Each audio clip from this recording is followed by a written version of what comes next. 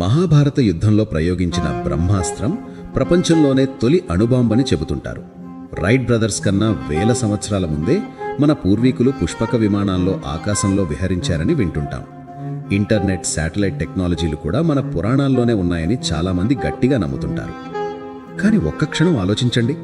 ఒకవేళ నిజంగానే వేలేళ్ల క్రితం మన దగ్గర అంతటి అత్యున్నత భవిష్యత్ సాంకేతిక పరిజ్ఞానం ఉండి ఉంటే దానికి సంబంధించిన కనీస భౌతిక ఆధారాలు ఈరోజు ఎందుకు కనిపించడం లేదు?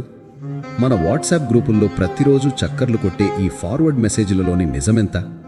ఈరోజు మనం ప్రాచీన భారతీయ విజ్ఞాన శాస్త్రం అత్యద్భుతమైనది మరియు దాని గొప్పదనాన్ని నిరూపించుకోవడానికి ఎలాంటి కల్పిత కథలు, ఫేక్ వాట్సాప్ ఫార్వర్డ్లు అవసరం లేదు. ఉదాహరణకు, క్రీస్తుపూర్వం 6వ శతాబ్దంలోనే కాశీ నగరానికి చెందిన సుశ్రుతుడు ప్లాస్టిక్ సర్జరీని ప్రారంభించాడు. ఒక వ్యక్తి ముక్కు తెగిపోతే నుదుటి లేదా బుగ్గ మీద ఉన్న చర్మాన్ని ఉపయోగించి ఆ ముక్కును తిరిగి ఎలా అతికించాలో సుశ్రుత సంహితలో స్పష్టంగా రాసి ఉంది. అలాగే ఆ కాలంలోనే శస్త్రచికిత్స కోసం 120కి పైగా రకాల సర్జికల్ పరికరాలను వాడేవారు. ఇక ఆర్యభట్ట విషయానికొస్తే ప్రపంచానికి సున్నాను పరిచయం చేయడమే కాకుండా పై విలువను 3.1416గా అత్యంత ఖచ్చితత్వంతో లెక్కకట్టాడు. సూర్య చంద్ర గ్రహణాలు రాహుకేటువుల వల్ల కాకుండా భూమి చంద్రుడి నీడల వల్ల ఏర్పడుతున్నాయని కోపర్నికస్ కంటే 1000 ఏళ్ల ముందే ఆర్యభట్ట శాస్త్రీయంగా నిరూపించాడు. ఇక ఢిల్లీలోని ఇనుప స్తంభం దాదాపు 1600 ఏళ్లుగా ఎండకు ఎండుతూ వానకు తడుస్తున్నా ఇప్పటికీ తుప్పు పట్టకుండా నిలబడి ఉంది. ఇందులో ఫాస్ఫరస్ అధికంగా ఉండటం వల్ల ఏర్పడే ఒక సన్నని రక్షణ పొర దీనిని తుప్పు పట్టనివ్వకుండా కాపాడుతోందని ఆధునిక మెటలర్జికల్ సైన్స్ నిర్ధారించింది.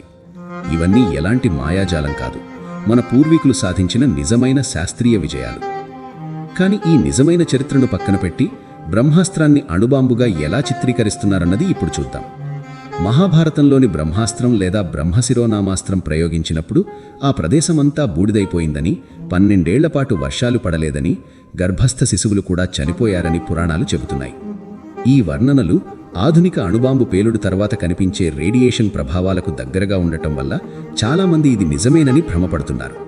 దీనికి బలాన్ని చేకూరుస్తూ సింధులోయ నాగరికతలోని మొహంజదారోలో కుప్పలు కుప్పలుగా దొరికిన అస్థిపంజరాలలో సాధారణం కంటే 50 రెట్లు ఎక్కువ రేడియేషన్ ఉందని, అక్కడ ఉన్న ఇటుకలు అత్యధిక ఉష్ణోగ్రతకు కరిగిపోయి గాజులా మారాయని కొందరు కథలల్లారు.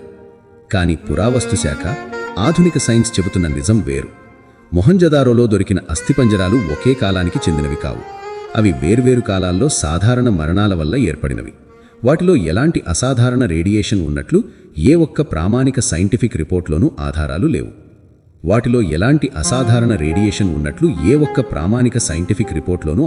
లేవు. కేవలం ఒక రష్యన్ రచయిత తన పుస్తకంలో చేసిన ఒక తప్పుడు అనువాదం వల్ల ఈ రేడియేషన్ అస్థిపంజరాల కథ ప్రపంచమంతా పాకింది.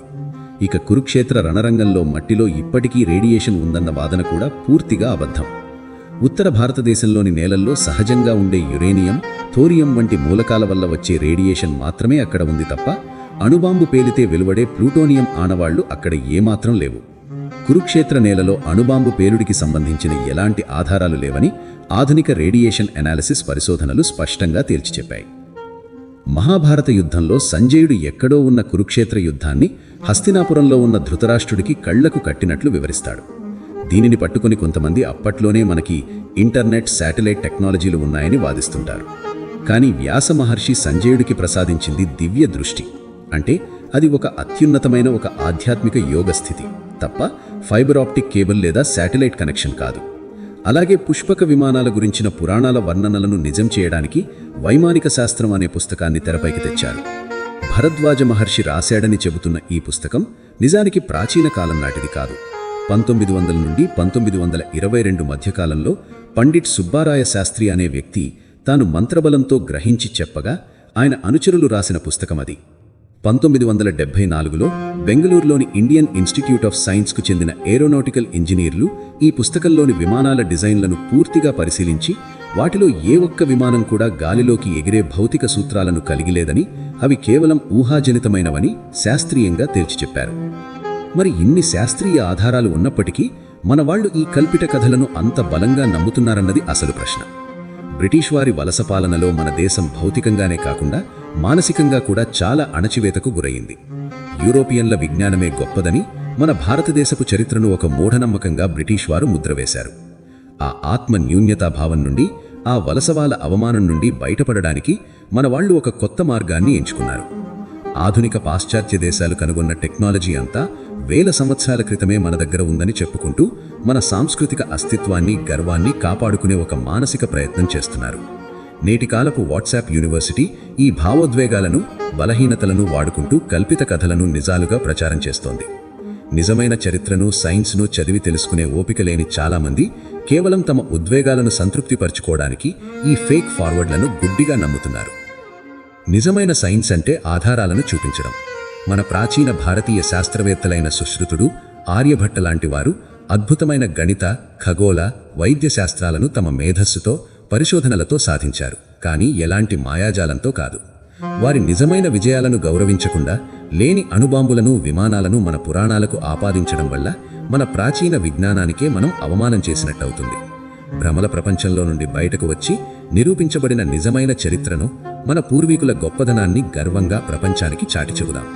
మరి ఈ విషయంపై మీ అభిప్రాయం ఏమిటి? మన పురాణాలను కేవలం ఆధ్యాత్మిక గ్రంథాలుగా చూడాలా, లేక వాటిలో సైన్స్ను వెతకాలా? మీ ఆలోచనలను కింద కామెంట్స్లో ఖచ్చితంగా తెలియజేయండి.